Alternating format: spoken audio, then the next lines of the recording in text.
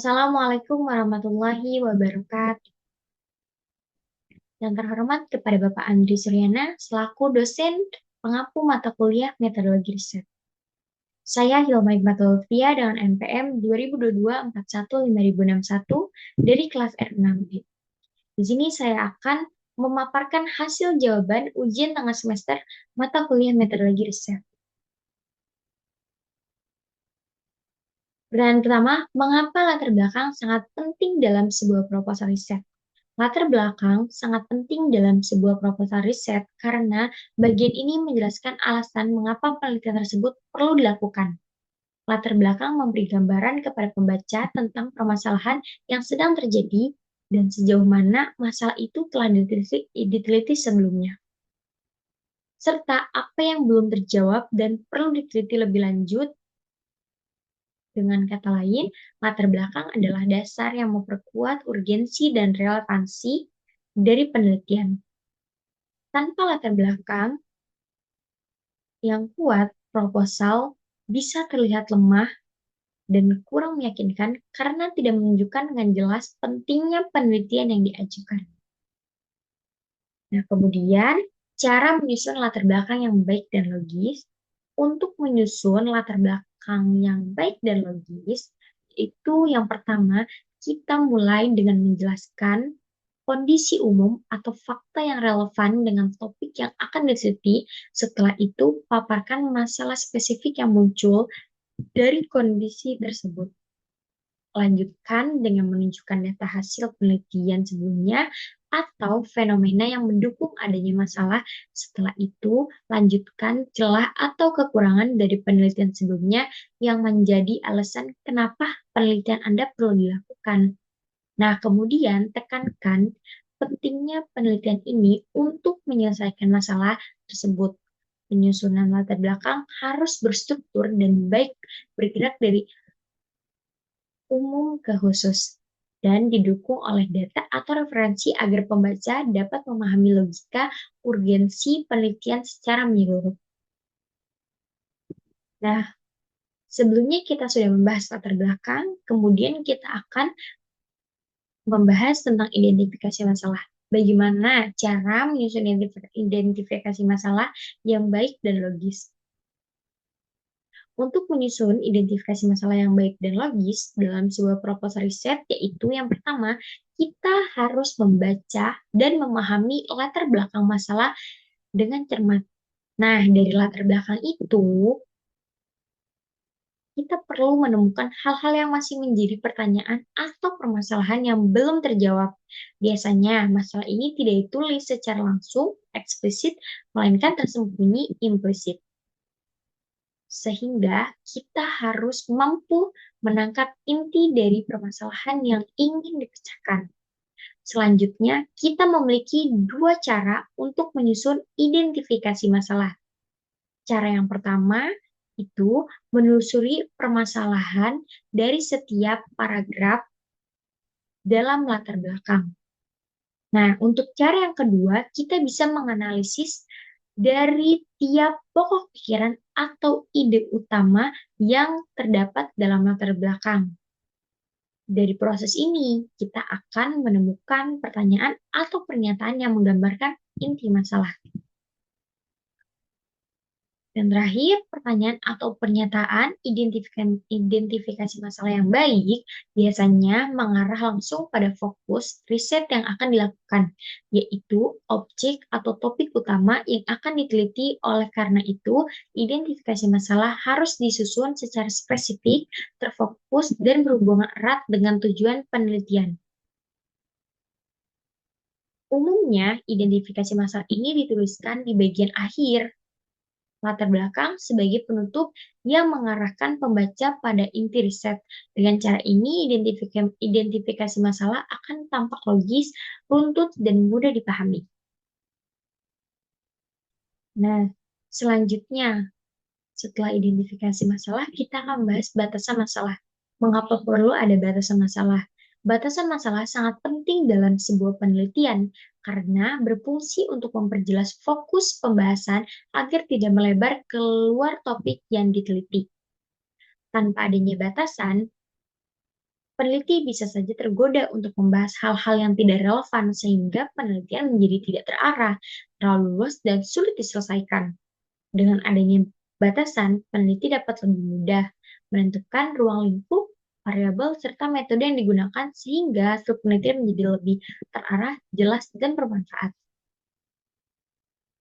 Dan selanjutnya, cara menyusun batasan masalah yang baik dan logis. Untuk menyusun batasan masalah yang baik dan logis, langkah yang harus dilakukan yaitu kita harus memahami topik utama penelitian secara menyeluruh, termasuk latar belakang, rumusan masalah, dan tujuan penelitian. Setelah itu, tentukan aspek-aspek spesifik yang ingin difokuskan. Misalnya, teori yang digunakan, variabel yang diteliti, lokasi penelitian, jenis sampel atau subjek, serta metode yang digunakan. Dalam riset penelitian, batasan masalah bisa berupa teori dari dan indikator dari setiap variabel. Sementara dalam riset biologi murni bisa berupa parameter, pertumbuhan, jumlah, ulangan, atau jenis media yang digunakan. Nah, kemudian batasan masalah harus ditulis secara jelas dan konsisten serta mengikuti kaidah bahasa Indonesia yang baik dan benar sesuai EYD atau EYD. Tidak boleh menyalin ulang judul sebagai batasan masalah, tetapi menjabarkannya secara lebih rinci dan teknis sesuai konteks penelitian. Nah, kemudian bagaimana hubungan antara rumusan masalah dan tujuan penelitian? Rumusan masalah dan tujuan penelitian memiliki hubungan yang sangat erat. Rumusan masalah adalah pertanyaan atau pernyataan yang menjelaskan masalah utama yang ingin diselesaikan dalam penelitian. Biasanya rumusan masalah disusun dalam bentuk pertanyaan yang menggambarkan hal-hal yang belum diketahui atau perlu diteliti lebih lanjut. Dari pertanyaan-pertanyaan inilah tujuan penelitian disusun. Tujuan penelitian menjelaskan secara jelas apa yang ingin dicapai atau ditemukan melalui proses penelitian. Sebagai jawaban dari rumusan masalah tersebut, jadi bisa dikatakan bahwa tujuan penelitian merupakan jawaban atau arah penyelesaian dari rumusan masalah. Jika rumusan masalah tidak jelas, maka tujuan penelitian juga bisa menjadi tidak terarah. Nah, kemudian cara menyusun rumusan masalah untuk riset kuantitatif yang baik. Untuk menyusun rumusan masalah dalam riset kuantitatif yang baik, hal yang perlu kita lakukan yaitu pertama, kita harus mengidentifikasi permasalahan yang benar-benar membutuhkan solusi dan bisa dicari jawabannya melalui pengumpulan data. Dan berbagai masalah yang muncul, pilih salah satu beberapa yang paling relevan dan penting untuk dijadikan fokus penelitian rumusan masalah. Ini biasanya berasal dari identifikasi masalah yang lebih luas dan dirumuskan dalam bentuk pertanyaan yang spesifik.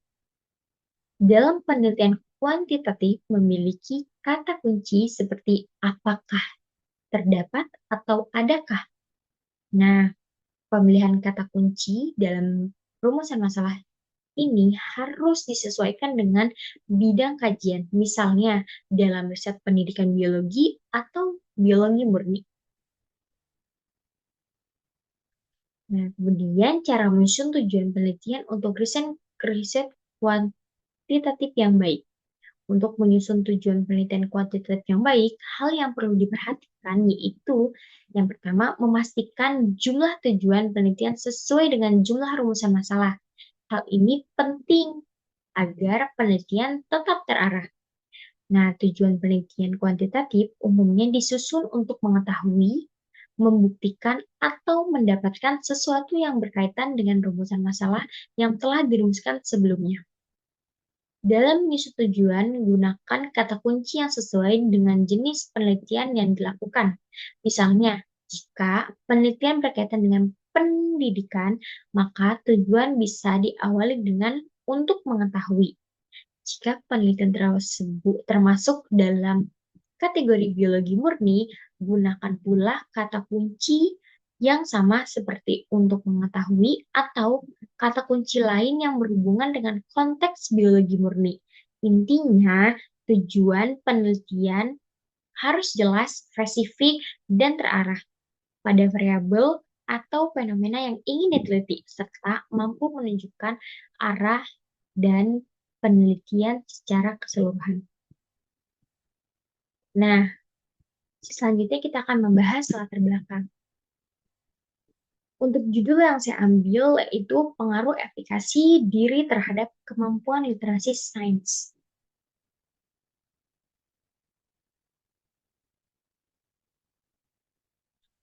Pendidikan merupakan proses pengubahan sikap dan perilaku seseorang atau kelompok orang dalam usaha mendewasakan manusia melalui pengalaman dan pelatihan. Pendidikan juga disebut sebagai proses mendidik.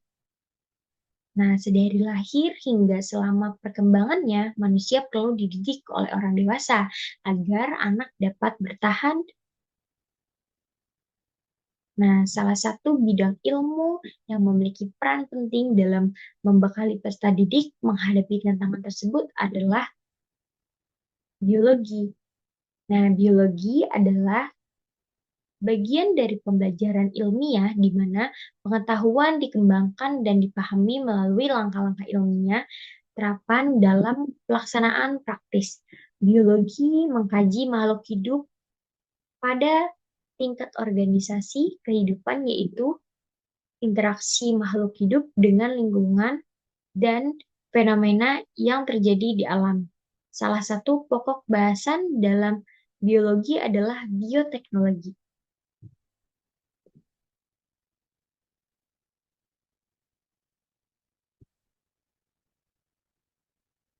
Bioteknologi adalah studi dan pemanfaatan makhluk hidup, baik mikroorganisme maupun makroorganisme. Beserta produk dan proses biologis, mereka menciptakan produk, jasa, dan teknologi baru yang bermanfaat bagi manusia atau cabang ilmu bagi manusia. Cabang ilmu ini tidak hanya mempelajari perkembangan makhluk hidup, tetapi bagaimana mereka dapat dimanfaatkan secara efisien dan berkelanjutan, serta bagaimana keterkaitannya dengan ilmu-ilmu lain seperti biokimia dan rekayasa. Untuk mempelajari materi tersebut diperlukan beragam kemampuan biologi. Salah satunya adalah kemampuan literasi sains. Kemampuan literasi sains, kemampuan yang perlu dimiliki oleh individu dalam membuat kegiatan ilmiah sehingga dapat menerapkan konsep serta memanfaatkan ilmu pengetahuan untuk mengatasi masalah yang terdapat di kehidupan sehari-hari. Namun, kenyataannya di lapangan menyatakan bahwa kemampuan literasi sains siswa Indonesia pada materi bioteknologi berada pada urutan 62 dan 62 dari 70 negara peserta survei. Hasil tersebut mengindikasikan bahwa secara umum kemampuan literasi sains di Indonesia masih sangat rendah. Hal ini diperkuat oleh Silvat 2016. Nah, untuk mengatasi permasalahan tersebut, guru harus menerapkan metode inovatif agar siswa lebih aktif dalam pembelajaran dari dan dapat mengkonstruksi konsep dengan baik. Salah satu metode pembelajaran yang dapat mengembangkan kemampuan literasi sains adalah metode efikasi diri. Efikasi diri adalah pembelajaran yang mendorong siswa untuk meningkatkan keterampilan sains melalui kegiatan penyelidikan dan penemuan mengenai konsep-konsep ilmiah. Karena guru hanya berperan sebagai fasilitator, maka keterampilan yang diperoleh siswa bukanlah hasil menghafal konsep. Adapun keunggulan dari metode tersebut adalah dapat meningkatkan literasi sains karena siswa diajarkan untuk memahami dan menyajikan informasi, menerapkan konsep untuk memecahkan masalah, dan mengulang informasi sampai benar-benar memahaminya. Efikasi diri sangat efektif mengembangkan keterampilan siswa dalam memahami suatu informasi dan menerapkan informasi tersebut untuk pemecahan masalah. Oleh karena itu, untuk dapat mengetahui lebih jauh terkait permasalahan yang telah dijelaskan sebelumnya, maka akan dilakukan suatu penelitian dengan judul Pengaruh Efikasi Diri Terhadap Kemampuan Literasi Sains. Nah, selanjutnya kita akan membahas identifikasi masalah dari latar belakang yang telah kita buat. Pertama itu, bagaimana sih peran penting dalam membantu manusia bertahan menghadapi tantangan ilmu, khususnya dalam bidang ilmu biologi. Yang kedua, mengapa pemahaman biologi melalui pendekatan ilmiah penting untuk mempelajari makhluk hidup dan lingkungannya. Dan yang ketiga, bagaimana peran bioteknologi sebagai bagian dari biologi dalam mendukung pemanfaatan makhluk hidup untuk kepentingan manusia dan apa hubungannya dengan kemampuan literasi sains. Keempat, mengapa kemampuan literasi sains siswa Indonesia masih tergolong rendah, terutama dalam materi bioteknologi. Dan yang kelima, apa metode pembelajaran yang dapat digunakan untuk meningkatkan kemampuan literasi sains siswa secara efektif. Dan yang keenam, apakah terdapat pengaruh efikasi diri terhadap kemampuan literasi sains. Nah, kita telah membahas identifikasi masalah pada latar belakang yang telah kita buat. Kemudian kita akan bahas batasan masalah dari latar belakang yang telah kita buat. Yang pertama yaitu kemampuan literasi sains yang digunakan dalam penelitian ini menggunakan teori dari Jupri di tahun 2017.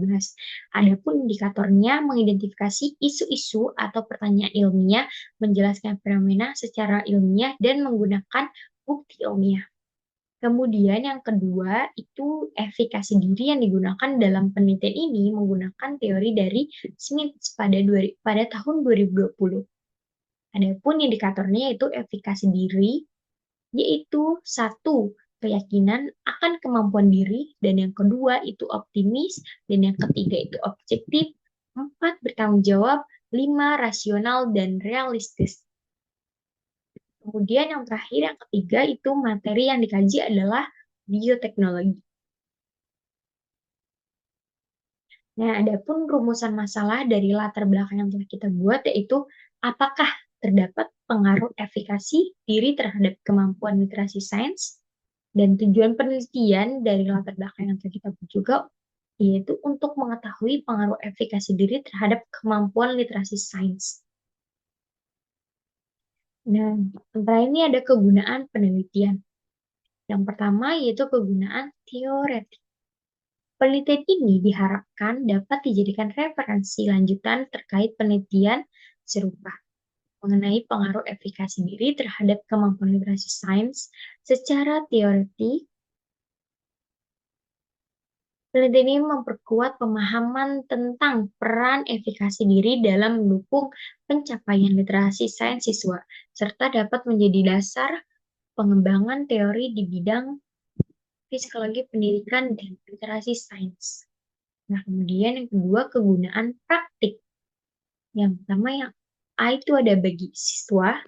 Penelitian ini diharapkan dapat mengetahui lebih jauh terkait pengaruh efikasi diri terhadap kemampuan literasi sains, khususnya bagi siswa. Secara praktis, hasil penelitian ini dapat membantu siswa menyadari pentingnya keyakinan terhadap kemampuan diri sendiri dalam memahami, mengolah, dan menerapkan konsep-konsep sains dalam kehidupan sehari-hari. Dengan meningkatnya efikasi diri, siswa diharapkan lebih termotivasi, percaya diri, dan aktif dalam proses pembelajaran sains sehingga kemampuan literasi sains mereka pun dapat berkembang dengan optimal. Nah, selanjutnya yang kedua ada bagi guru. Penelitian ini diharapkan dapat memberikan gambaran bagi guru terkait pentingnya efikasi diri siswa dalam meningkatkan kemampuan literasi sains melalui pemahaman. Guru dapat merancang strategi pembelajaran yang tidak hanya berfokus pada materi, tetapi juga mendorong kepercayaan diri siswa dalam memahami dan menerapkan konsep sains. Dengan demikian, guru dapat menciptakan lingkungan belajar yang lebih mendukung perkembangan literasi sains melalui penguatan aspek psikologis siswa. Nah, selanjutnya yang C yaitu bagi sekolah. Penelitian ini diharapkan dapat dijadikan bahan rumusan kebijakan sekolah terkait upaya peningkatan efikasi diri siswa guna mendukung kemampuan literasi sains. Nah, sekolah dapat menggunakan hasil penelitian ini sebagai dasar dalam merancang program atau kegiatan yang mendorong kepercayaan diri siswa, seperti pelatihan motivasi, bimbingan konseling, atau metode pembelajaran yang lebih berpartisipatif dan interaktif sehingga literasi sains siswa dapat berkembang secara lebih optimal. Yang terakhir itu bagi peneliti. Peneliti ini, Penelitian ini diharapkan dapat memberikan pengalaman yang berharga bagi gambaran penelitian pendidikan mengenai pengaruh efikasi ini terhadap kemampuan literasi sains.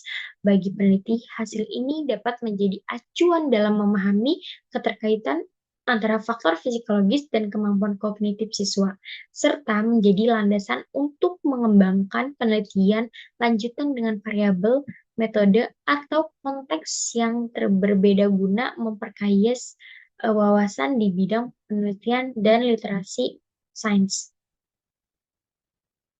Nah, berikut adalah daftar pustaka yang saya gunakan.